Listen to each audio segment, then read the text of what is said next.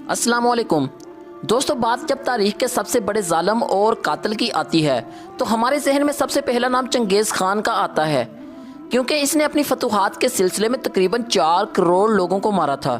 چنگیز خان نے بچوں، بوڑھوں، مردوں اور عورتوں کا کبھی کوئی لحاظ نہیں کیا تھا اور یہ لوگوں کو مار کر ان کے سروں کے مینار بھی بنایا کرتا تھا۔ آج ہم چنگیز خان کی وسط ایشیا میں آنے کی وجہ پر بات کریں گے کہ وسط ایشیا میں آنے پر چنگیز خان کو کس چیز نے مجبور کیا۔ کیوں چنگیز خان اتنا پرتعیش تھا کہ اس نے انسانوں کے ساتھ ساتھ جانوروں کے بھی سر قلم کر دیے۔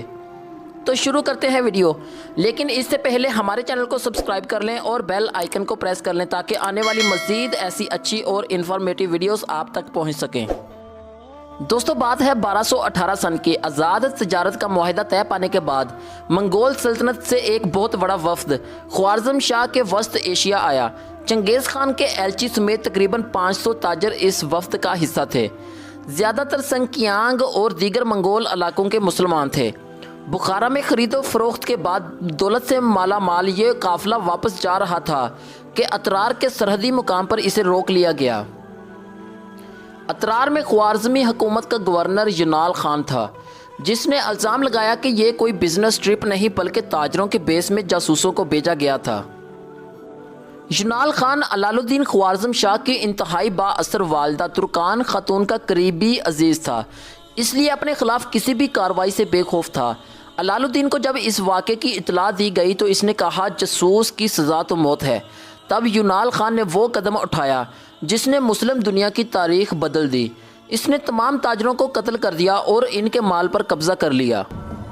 اس قافلے کا ایک رکن کسی نہ کسی طرح بچ کر منگول دارالحکومت قراقرم پہنچ گیا اور چنگیز خان کو واقعے کی اطلاع دی۔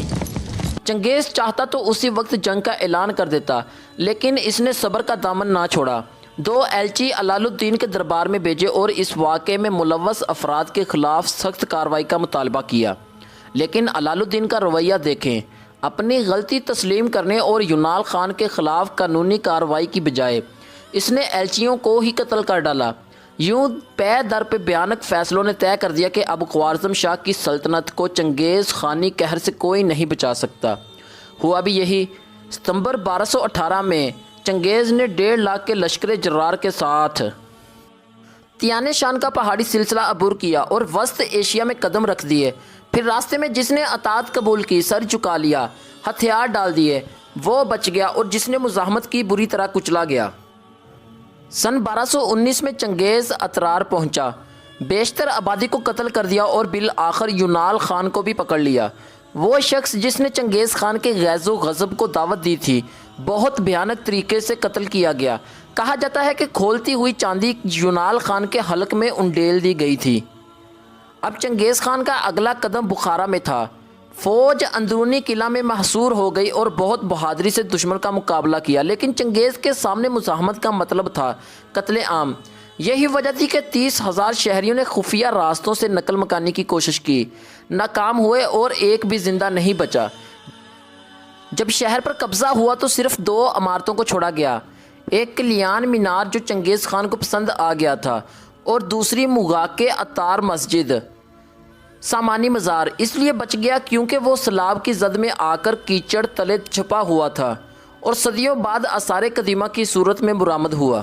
پھر چنگیز خان سمرقند پہنچا، یہاں بھی مختلف فن کے ماہرین کو قیدی بنایا گیا، چند خواتین اور بچوں کو غلام بنا کر باقی پوری آبادی کو قتل کر دیا گیا۔ عام طور پر یہ سمجھا جاتا ہے کہ چنگیز خان ایک اچانک اٹھنے والا طوفان تھا جس نے مال و دولت کی خاطر سب کچھ برباد کر دیا، لیکن حقیقت یہ ہے کہ پہلا منگول حملہ خوارزم شاہ، اس کے ولی عہد، بیٹوں اور وفاداروں کو پکڑنے کے لیے تھا، یعنی بدلے کے لیے۔ علال الدین خوارزم شاہ نے ایلچیوں کو قتل کر کے کھلا اعلان جنگ کیا، لیکن ایک بار بھی چنگیز خان کا سامنا نہیں کیا۔ اس کے تعاقب میں منگول قدم جہاں جہاں پہنچے تباہی کی ایک نئی داستان رقم کر گئے۔ سمرقند و بخارا کے علاوہ ترمز، خوقند، بلخ اور نیشا پور سب بری طرح متاثر کر دیے گئے۔ نیشا پور میں تو ہر جاندار کو قتل کرنے کا حکم تھا کیونکہ اس کے محاصرے کے دوران چنگیز خان کا داماد مارا گیا تھا۔ کھوپڑیوں کے 2 بلند و بالا مینار بنائے گئے جس میں انسانوں کے علاوہ مختلف جانوروں کی کھوپڑیاں بھی لگائی گئی تھی۔